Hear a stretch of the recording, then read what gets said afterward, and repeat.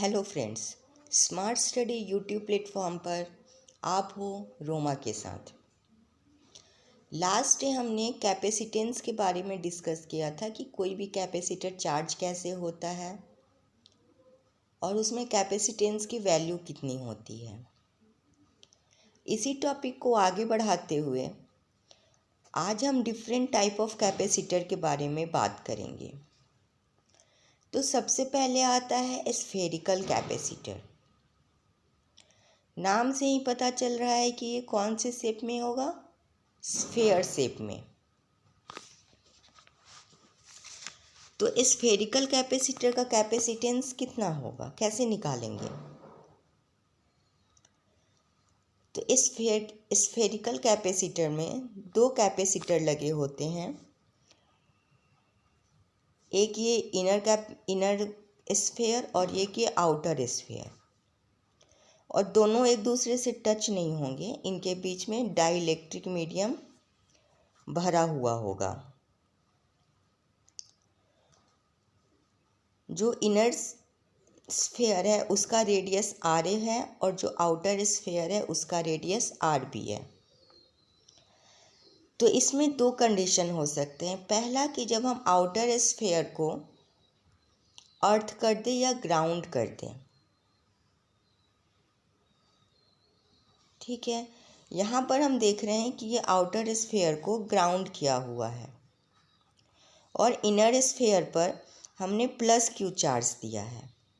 जब हम plus Q charge देंगे तो इनर स्फेयर के आउटर सरफेस में क्या डेवलप हो जाएगा, प्लस क्यू चार्ज। और आउटर सरफेस, जो बड़ा वाला सरफेस है बी, आउटर सरफेस, उसके इनर साइड में इंडक्शन की वजह से माइनस क्यू चार्ज इंड्यूस हो जाएगा, सेम चार्ज माइनस क्यू। और इसके आउटर सरफेस पे फिर से प्लस क्यू चार्ज आ जाएगा। लेकिन चूंकि ये ग्राउंड है तो ये प्लस क्यू चार्ज ग्राउंड हो जाएगा और आउटर स्फेयर पे कोई भी चार्ज नहीं बचेगा। अब हम क्या देख रहे हैं कि एक प्लेट ये हुआ स्मॉल स्फेयर और एक ये इसका इनर स्फेयर जिस पे कि चार्ज माइनस क्यू है, और बीच में एक डाइलेक्ट्रिक है और इसकी रिलेटिव परमिटिविटी एप्सिलॉन आर है। क्लियर यहाँ तक। तो इस कंडीशन में पोटेंशियल क्या होगा, तो जो ए सर्कल है, स्मॉल सर्कल, उस पर उसके चार्ज की वजह से पोटेंशियल होगा प्लस क्यू की वजह से, और जो चार्ज इंड्यूस हुआ है उसकी वजह से भी पोटेंशियल होगा। मतलब यहाँ पर दो पोटेंशियल निकलेंगे। पहला वी ए, और वी ए की वैल्यू हो जाएगी Q by 4 pi epsilon not epsilon R R A plus minus Q by 4 pi epsilon not epsilon R R B. जब इसे हम सॉल्व करते हैं तो लास्ट में हमें ये मिलता है Q R B minus R A by 4 pi epsilon not epsilon R R A R B. Clear. और जो सरफेस बी है वो तो अर्थड है और अर्थड होने की वजह से उसका पोटेंशियल जीरो हो जाता है। तो वी बी का पोटेंशियल जीरो हो गया। अब दोनों स्फीयर के बीच का अगर हम पोटेंशियल डिफरेंस देखें तो वो हो जाएगा वी ए बी, मतलब V A minus V B. और वी बी की जगह अगर हम जीरो पुट करते हैं तो हमें पोटेंशियल डिफरेंस वी ए मिलेगा। और कैपेसिटेंस सी इक्वल टू होता है क्यू बाई वी, जैसा पहले हम लोग पढ़ चुके हैं। अब इसकी वैल्यू अगर हम यहाँ पुट करते हैं तो हमें कुछ ये इक्वेशन मिलेगा, C equal to 4 pi epsilon not epsilon R R A R B by R B minus R A. और अगर ये कैपेसिटेंस एयर में रखा हुआ है तो एप्सिलॉन आर की वैल्यू 1 हो जाएगी और इसकी वैल्यू हो जाएगी 4 pi epsilon not R A R B by R B minus R A. Clear. अब आते हैं कि जब इनर स्फेयर जो है वो अर्थ हो जाए, जैसा कि इस डायग्राम में दिख रहा है कि इनर स्फेयर अर्थ है। इस सिचुएशन में सिस्टम में दो कैपेसिटर फॉर्म होंगे, जो कि पैरेलली कनेक्टेड होंगे। फर्स्ट कैपेसिटर CBA और second capacitor CBG, G for ground. तो जो CBA है उसमें ये आउटर स्फेयर B और इनर स्फेयर A के बीच एक कैपेसिटेंस फॉर्म होगा और इसकी वैल्यू हो जाएगी CBA 4 pi epsilon not epsilon R RA RB by RB minus RB। और जो सेकेंड कैपेसिटर है वो हो जाएगी आउटर स्फेयर और ग्राउंड।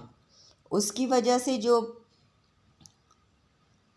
कैपेसिटेंस होगा तो वो हमने पिछले दिन डिस्कस किया था, आइसोलेटेड स्फीयर का कैपेसिटेंस। ये सेम आपको दिख रहा है, तो उसके अकॉर्डिंग हम आइसोलेटेड स्फीयर के कैपेसिटेंस का फॉर्मूला लगाएंगे और CBG की वैल्यू हो जाएगी 4 पाई एप्सिलॉन नॉट RB। और चूंकि ये दोनों ही कैपेसिटर पैरेलली कनेक्टेड हैं तो टोटल कैपेसिटेंस इक्वल टू हो जाएगा CBA प्लस CBG। क्लियर यहाँ तक? अब ये टोटल कैपेसिटेंस ऐसे कैसे हुआ पैरेलल में, ये मैं आपको आगे डिस्कस करूँगी। क्लियर है? अब हम लोग आते हैं कि capacitance of parallel plate capacitor with uniform medium. मतलब अगर पैरेलल प्लेट कैपेसिटर है और उसके बीच में जो डाइलेक्ट्रिक है वो एक यूनिफॉर्म हो, मतलब सेम डाइलेक्ट्रिक यूज हुआ हो, उस कंडीशन में कैपेसिटेंस क्या होगा। अभी तक हमने किसी भी कैपेसिटर का कैपेसिटेंस इलेक्ट्रिकल फॉर्म में देखा था, मतलब C=Q/V फॉर्म में देखा था। लेकिन मैंने आपको पहले भी बताया था कि ये जो कैपेसिटर का कैपेसिटेंस होता है वो प्लेट की एरिया, ये डिस्टेंस और इसकी रिलेटिव परमिटिविटी पर डिपेंड करता है। तो आइए अब जानते हैं कि इसका फिजिकल डायमेंशन कैपेसिटेंस को कैसे चेंज करता है। यहाँ एक पैरेलल प्लेट कैपेसिटर है जिसमें 2 प्लेट्स लगे हुए हैं, एक का प्लेट +Q चार्ज और दूसरे प्लेट का चार्ज -Q। इसके बीच का डिस्टेंस d मीटर है और जो बीच में डाइलेक्ट्रिक है उसकी रिलेटिव परमिटिविटी एप्सिलॉन R है।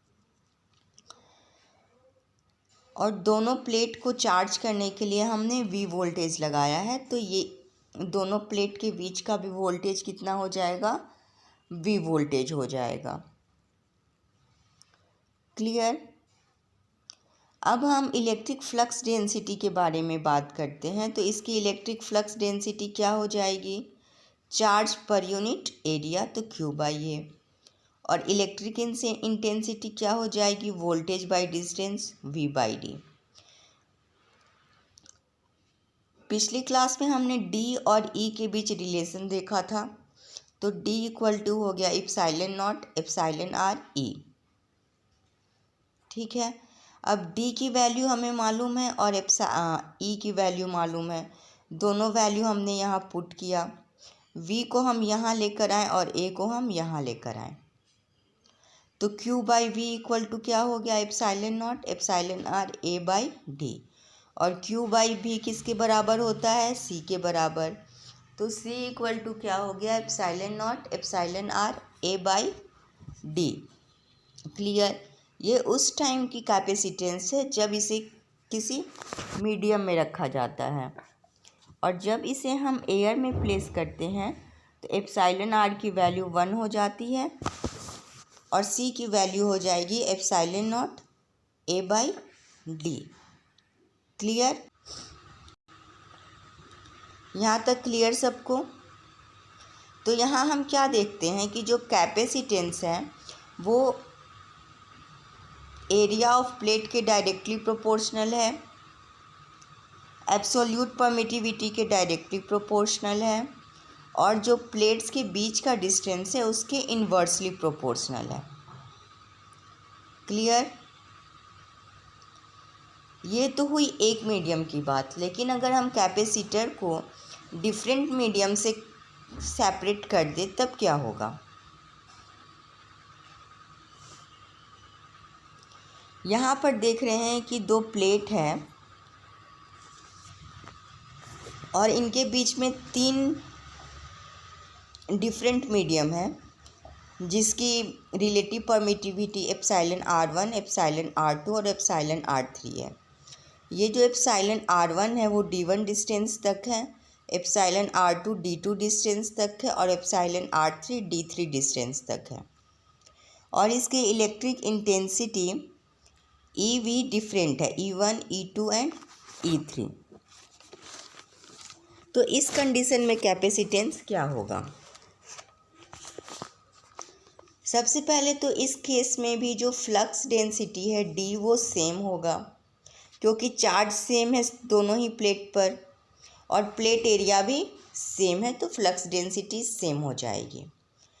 अब आते हैं E1 की वैल्यू क्या होगी। E1 की value D by epsilon not epsilon R1, similarly E2 की वैल्यू और E3 की वैल्यू। और जब सबका थिकनेस डिफरेंट है तो पोटेंशियल ड्रॉप भी डिफरेंस होगा और ये पोटेंशियल ड्रॉप को अगर हम ऐड करेंगे तो ये सप्लाई वोल्टेज V के बराबर हो जाएगा। तो V इक्वल टू क्या हो गया, V1 plus V2 plus V3 और V1 equal to E1 D1, E2 D2 और E3 D3। क्लियर। और यहाँ E1 की वैल्यू हमें मालूम है D by epsilon not epsilon R1, उसकी वैल्यू हम पुट कर दिए। फिर D by epsilon R1, epsilon not सब में कॉमन है तो उसे बाहर निकाल दिया, तो क्या बच गया D by epsilon not D1 by epsilon R1 plus D2 by epsilon R2 plus D3 by epsilon R3। Clear. और D इक्वल टू होता है Q बाई A, तो Q बाई A लिख दिया। और यहाँ पर क्या है, ये वोल्टेज है। अब हम इसे अरेंज करेंगे तो Q by V equal to ये चीज़ आ जाएगी और Q by V equal to क्या होता है, C होता है। तो कैपेसिटेंस इक्वल टू हो गया epsilon not A by D1 by epsilon R1 plus D2 by epsilon R2 plus D3 by epsilon R3। Clear.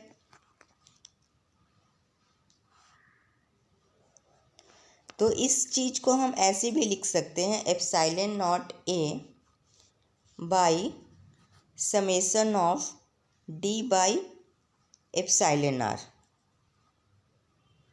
ठीक है, यहाँ तक क्लियर आप लोगों को। अब बात करते हैं कि अगर कैपेसिटर के बीच में थोड़ी सी हवा हो एक मीडियम और थोड़ा सा कोई दूसरा मीडियम हो तब क्या होगा।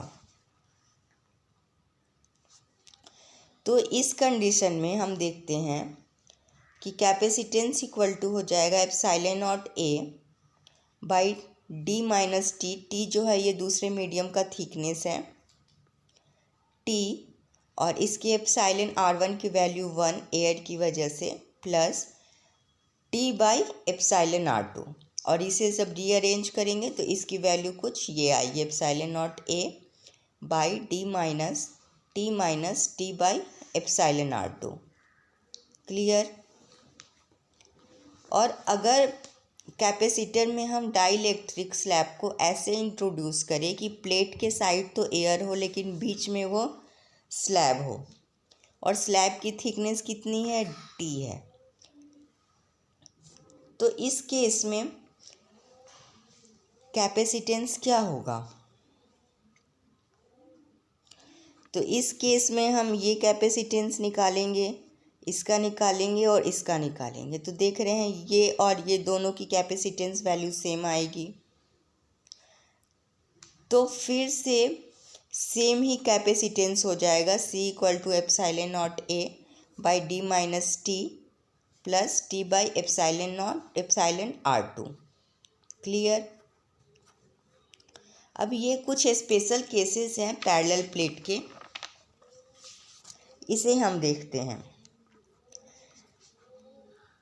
पहले हमने देखा था कि वर्टिकली दूसरा मीडियम था, यहाँ हम देख रहे हैं कि एक कैपेसिटर है जिसमें हॉराइजॉन्टली दूसरा मीडियम रखा हुआ है। तो अब ये दो कैपेसिटर की तरह काम करेगा, एक की एरिया A1, एक की एरिया A2। तो इस कंडीशन में भी C1 और C2 दो हम लोग निकालेंगे। तो C1 की वैल्यू हो जाएगी epsilon not A1 by D और C2 की वैल्यू हो जाएगी epsilon not epsilon R A2 by D. और टोटल कैपेसिटेंस चूँकि ये पैरेलल में है तो C equal to C1 plus C2 दोनों को ऐड कर देंगे। क्लियर। और ये कैपेसिटर देखिए, इसमें यहाँ पर एयर है A1 प्लेट में और A2 में थोड़ी दूर पर मीडियम रखा हुआ है और थोड़ी दूर पर एयर है। तो ये भी दो कैपेसिटर की तरह काम करेगा। पहला तो normal C1 equal to epsilon not A1 by D, और दूसरा जो अभी हमने डिस्कस किया था कि हाफ में डाइलेक्ट्रिक और हाफ में एयर, तो उसका फॉर्मूला हम लगाएंगे और C2 equal to epsilon not A2 D minus T by epsilon R. तब और ये दोनों कैपेसिटेंस भी पैरेलल में है तो C equal to C1 plus C2 हो जाएगा। क्लियर यहाँ तक। अब हम आते हैं मल्टी प्लेट कैपेसिटर। तो जब हमने कैपेसिटर बना ही लिया था तो मल्टी प्लेट बनाने की क्या ज़रूरत पड़ी।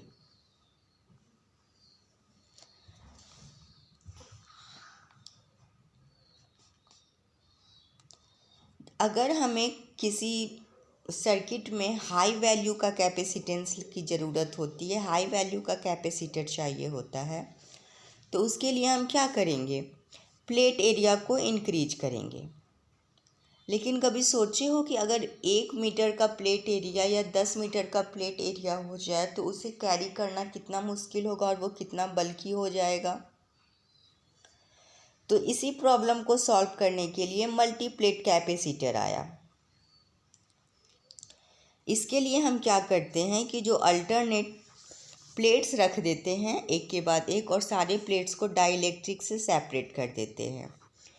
उसके बाद जो अल्टरनेट प्लेट है 1, 3, 5, 7, इसे एक टर्मिनल T1 से कनेक्ट कर देते हैं और जो इवन होता है 2, 4, 6 इसे हम T2 टर्मिनल से कनेक्ट कर देते हैं।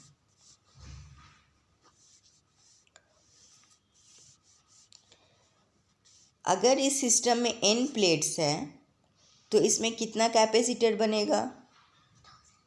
यहाँ 7 प्लेट्स हम देख रहे हैं तो यहाँ कितना कैपेसिटर बन रहा है 1, 2, 3, 4, 5, 6। मतलब अगर n प्लेट्स है तो n-1 कैपेसिटर फॉर्म होगा।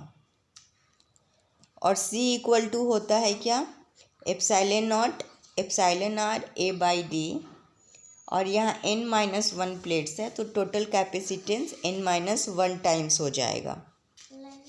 और ये जो D है वो दो एडजेसेंट प्लेट के बीच का डिस्टेंस होगा, मतलब 1 से 2 के बीच का डिस्टेंस D, 2 से 3 का D, 3 से 4 का D। क्लियर। अब बात करते हैं वेरिएबल एयर कैपेसिटर की। वेरिएबल नाम से ही पता चल रहा है कि इसका कैपेसिटेंस हम लोग चेंज कर सकते हैं।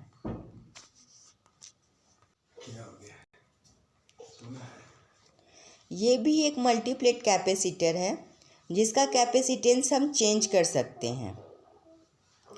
यहाँ हम देख रहे हैं कि दो प्लेट्स लगे हुए हैं, एक X है और एक ब्लैक वाला X है और ये वाइट वाला Y है।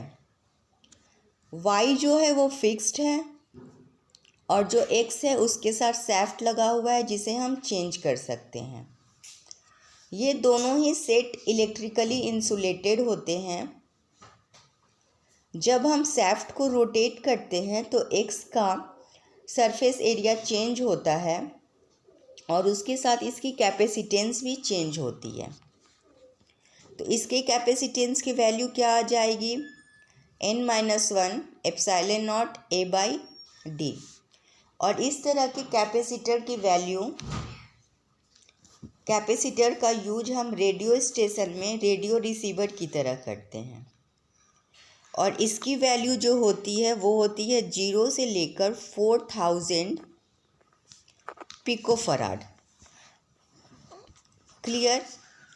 अब आते हैं सिलिंड्रिकल कैपेसिटर। सिलेंडर, नाम से ही क्या पता चल रहा है कि ये एक सिलेंडर के फॉर्म में होगा। एक सिलेंडर कैपेसिटर में 2 कोएक्सियल सिलेंडर लगे होते हैं और इंसुलेटिंग मीडियम से सेपरेटेड होते हैं। इसका एग्जाम्पल है सिंगल कोर केबल। ऐसे केबल में इनर सिलेंडर कंडक्टर की तरह वर्क करता है और आउटर सिलेंडर लीड शीथ को रिप्रेजेंट करता है, जो अर्थ के पोटेंशियल के बराबर होता है। दोनों सिलेंडर के बीच इंसुलेशन लगा होता है। यहाँ सिंगल कोर केबल है जिसमें कंडक्टर का डायमीटर डिफरेंट होता है। जो इनर कंडक्टर है उसका डायमीटर स्मॉल डी है और जो कैपिटल डी है वो है आपका शीथ का डायमीटर। और चार्ज को हम पर मीटर एक्सियल एरिया पर एज्यूम करते हैं।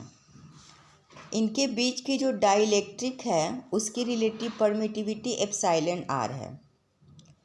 अब एक सिलेंडर को हम एज्यूम करते हैं जिसकी रेडियस x मीटर है। गॉसेस थ्योरम जो हमने पढ़ाया था वो क्या था कि सिलेंडर से इलेक्ट्रिक फ्लक्स जो पास करेगा वो चार्ज के बराबर होगा। और सिलेंडर का सरफेस एरिया कितना होगा ये x वाले का, तो 2 पाई आर एल। आर की वैल्यू कितनी है x और l की वैल्यू है 1, तो ये हो जाएगा 2 पाई x मीटर स्क्वायर।